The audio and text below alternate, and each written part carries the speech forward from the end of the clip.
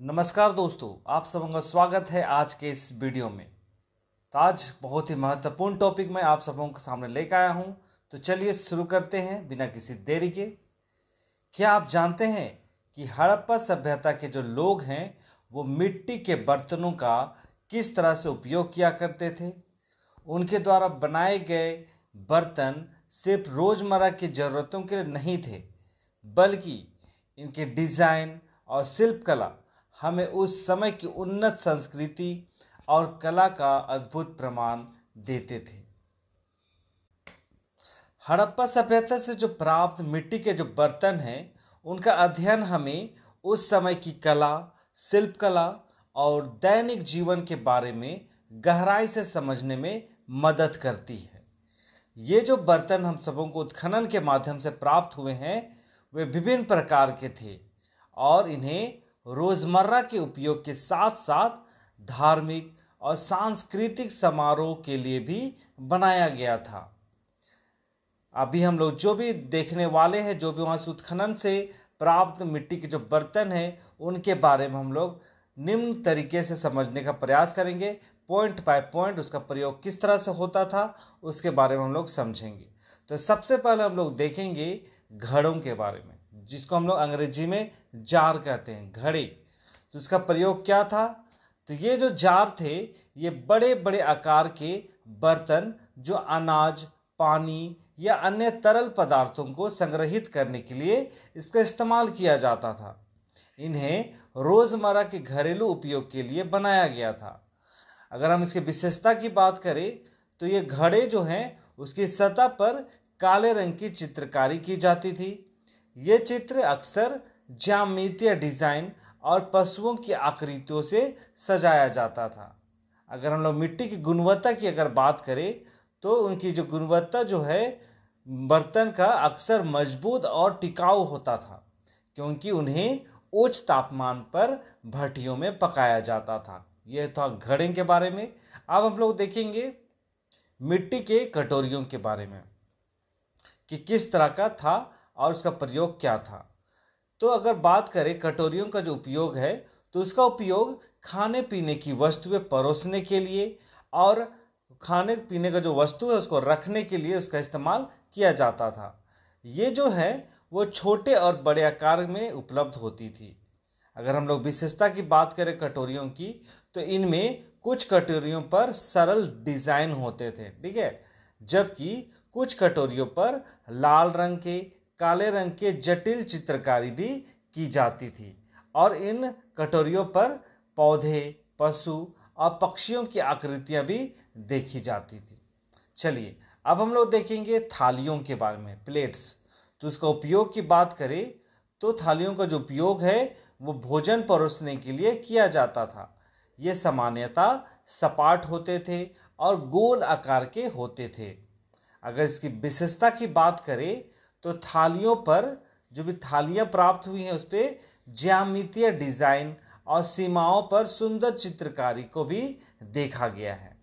अगर इनकी बनावट जो है वो चिकनी और सतह पर उकेरी हुई आकृतियों के साथ पाया गया है उत्खनन के माध्यम से।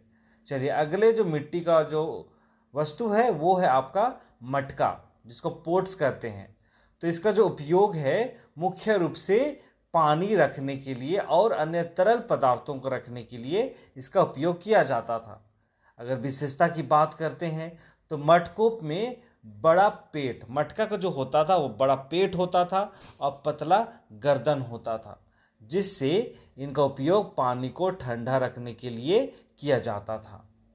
इन पर अक्सर फूलों और ज्यामितीय आकृति की सजावटें की जाती थी। ये बात है यहाँ की।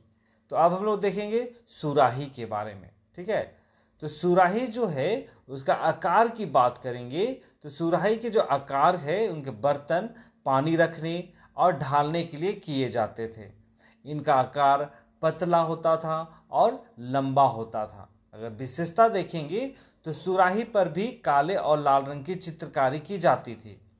इनका मुंह जो होता था सुराही का, उसका मुंह छोटा और संकीर्ण होता था, मतलब पतला होता था, जिससे पानी डालने में आसानी होती थी। चलिए अब हम लोग देखेंगे टेराकोटा मूर्तियों के बारे में। ठीक है, मिट्टी के मूर्तियां भी बनाई जाती थी जिसको टेराकोटा मूर्ति कहते हैं। तो इसका जो उपयोग है मुख्य रूप से धार्मिक और सांस्कृतिक उद्देश्यों के लिए इसका उपयोग किया जाता था। ठीक है, उद्देश्यों के लिए इसका उपयोग किया जाता था। अगर विशेषता के तौर पे अगर हम लोग देखते हैं तो इनमें जो टेराकोटा मूर्तियां होती है उस पे जानवर, मनुष्य और देवी देवताओं की आकृतियां भी इसको देखा गया है। और ये जो आकृतियां हैं वो हड़प्पा सभ्यता के धार्मिक और सांस्कृतिक जीवन की झलक देता है। ठीक है, अब हम लोग देखेंगे चूल्हे के बारे में। ठीक है, चूल्हे मतलब जिसपे खाना बनाने का प्रयोग किया जाता था। प्रयोग की बात करेंगे तो इसमें भोजन बनाया जाता था। तो इनका उपयोग जो है वो घरों पर या फिर सार्वजनिक स्थानों पर भी किया जाता था। अगर चूल्हे की विशेषता की बात करते हैं तो चूल्हे जो होते थे वो साधारण आकार के होते थे। इनमें लकड़ी जलाकर खाना पकाया जाता था। ये था आपका चूल्हे के बारे में। अब हम लोग देखेंगे प्यालियाँ के बारे में। तो आप लोग सभी को जानते हैं प्याली क्या होता है। तो इसका उपयोग जो होता था वो तरल पदार्थ पीने के लिए इसका उपयोग किया जाता था। पानी पीने के लिए या गर्म पानी पीने के लिए, अगर उस वक्त में चाय बनते थे तो चाय पीने के लिए इसका उपयोग किया जाता था। अगर विशेषता देखेंगे तो जो प्यालियाँ होती थी वो आमतौर पर हल्की होती थी और छोटे आकार की होती थी और इन पर प्यालियों पर सुंदर चित्रकारी भी किया जाता था। चलिए अब हम लोग देखेंगे भंडारण पात्र के बारे में, स्टोरेज कंटेनर के बारे में।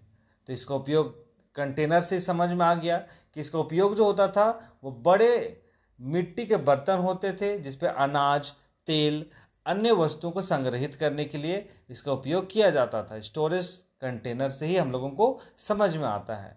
अगर विशेषता देखेंगे तो इनका जो आकार होता है वह बड़ा होता था और इन्हें अधिकतर घरों में अनाज भंडारण के लिए इसका उपयोग किया जाता था और इनमें अक्सर ढक्कन भी लगे होते थे ताकि इस पे चूहे जो भी अनाज है उसको कुछ ना कर पाए। अब हम लोग देखेंगे सुराही नामा पात्र के बारे में। तो ये जो पात्र हैं वो तरल पदार्थ डालने के लिए इसका उपयोग किया जाता था।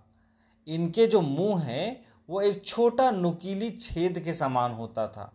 इसमें आसानी से तरल बाहर, मतलब जो लिक्विड पदार्थ है वो बाहर आसानी से निकल जाता था। अगर विशेषता देखेंगे तो इन बर्तनों पर पशु और ज्यामितीय डिजाइन की चित्रकारी की जाती थी और ये बर्तन जो है वो देखने में बहुत अट्रैक्टिव, सुंदर होता था और इसका उपयोग जो है बड़ी आसानी से किया जा सकता था। ठीक है, तो ये थे मिट्टी के बर्तन, खिलौने या फिर घर में सामान, वो सब के बारे में जाने। तो अगर हम लोग बात करते हैं तो जो भी हम लोगों को यहाँ पे हड़प्पा सभ्यता से जितने भी मिट्टी के बर्तन हो प्राप्त हुए हैं वो सारे के सारे घरेलू कार्यों के लिए ज़्यादातर इस्तेमाल किया जाता था। अगर आप लोगों ने वीडियो को गौर से देखा है तो उस पर जो चित्रकारी की बात की गई है तो उस पर सिर्फ लाल और काले रंग के चित्रकारी का उपयोग किया गया है। ठीक है, ये सारी बातें हैं। रेड एंड ब्लैक वेयर भी इसको कहा जाता है, ये जो भी बर्तन वहाँ से हम लोगों को प्राप्त होते हैं। ठीक है, तो इस तरह से तो ये बहुत ही महत्वपूर्ण चीज़ था। आगे आने वाले दिनों में मैं आप सबों के सामने हड़प्पा से संबंधित और भी कुछ टॉपिक्स मैं आप सबों के सामने लेके आऊँगा। तो ये था आज का वीडियो। तो वीडियो के माध्यम से बहुत सारी चीज़ें जो है वो आप सबों को समझ में आया होगा, पता चला होगा। तो चलिए आज के इस वीडियो के साथ मैं यहीं पे वीडियो को समाप्त करता हूँ। तो वीडियो आप सबों को कैसा लगा, पसंद आया है तो वीडियो को ज़रूर से ज़रूर लाइक कीजिएगा और जो लोग चैनल में नए हैं वो लोग चैनल को सब्सक्राइब कीजिए और बेल आइकन को प्रेस करना नहीं भूलिए ताकि जब भी मैं वीडियो डालूँ तो नोटिफिकेशन आप तक पहुँच पाए। और हाँ, वीडियो को शेयर करना नहीं भूलिए। चलिए आज की इस वीडियो को मैं यहीं पे समाप्त करता हूँ। मिलते हैं एक नए ऐतिहासिक कहानी के साथ। तब तक अपना ध्यान दीजिए, सुरक्षित रहिए और हमेशा खुश रहिए। बहुत बहुत धन्यवाद।